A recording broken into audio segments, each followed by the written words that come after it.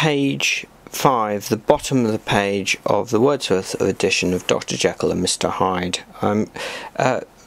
Having learnt about having caught Hyde trampling on the girl, the Enfield tries to blackmail him to give the girl some money as compensation.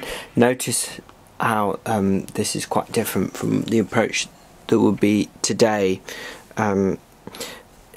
He says, Hyde replies, "Name your figure." Well, we screwed him up to £100 for the child's family.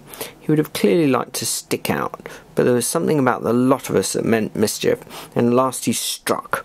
So in last he agreed to pay some money as compensation for trampling on the girl. The next thing was to get the money, and where do you think he carried us but to that place with the door, whipped out a key, went in, presently came back with a matter of £10 in gold and a cheque on the balance on Coots, drawable to the bearer, and signed with a name that I can't mention, though it's one of the points of my story, but that it was a name very well known and often printed.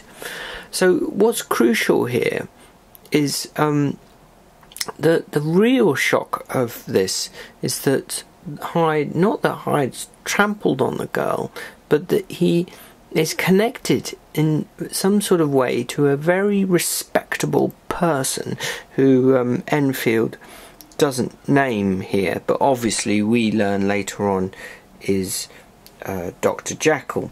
And that's important because this is a world where a man of Dr. Jekyll's standing would have a great deal to lose, knowing that he's connected in any way to someone of Hyde's sort, and that Jekyll is a very respectable person.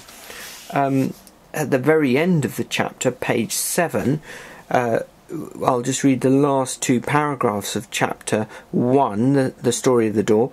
Mr. Utterson sighed deeply, but never said a word, and the young man presently resumed. "Here is another lesson to say nothing," said he. "I am ashamed of my long tongue. Let us make a bargain never to refer to this again."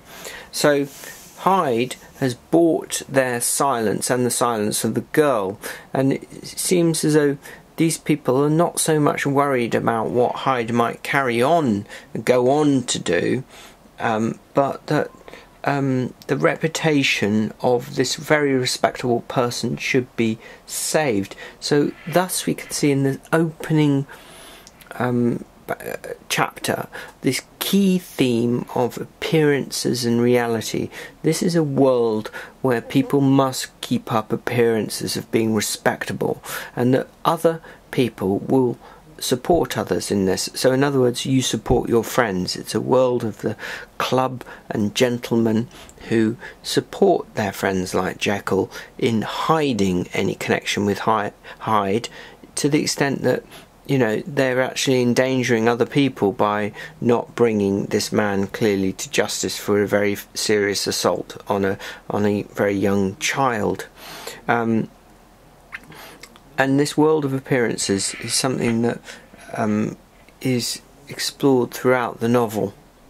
What I would like you to do is make a few notes on these particular sections and think more carefully about other places in the novel where appearances appear to be very important, more important than the reality of a situation.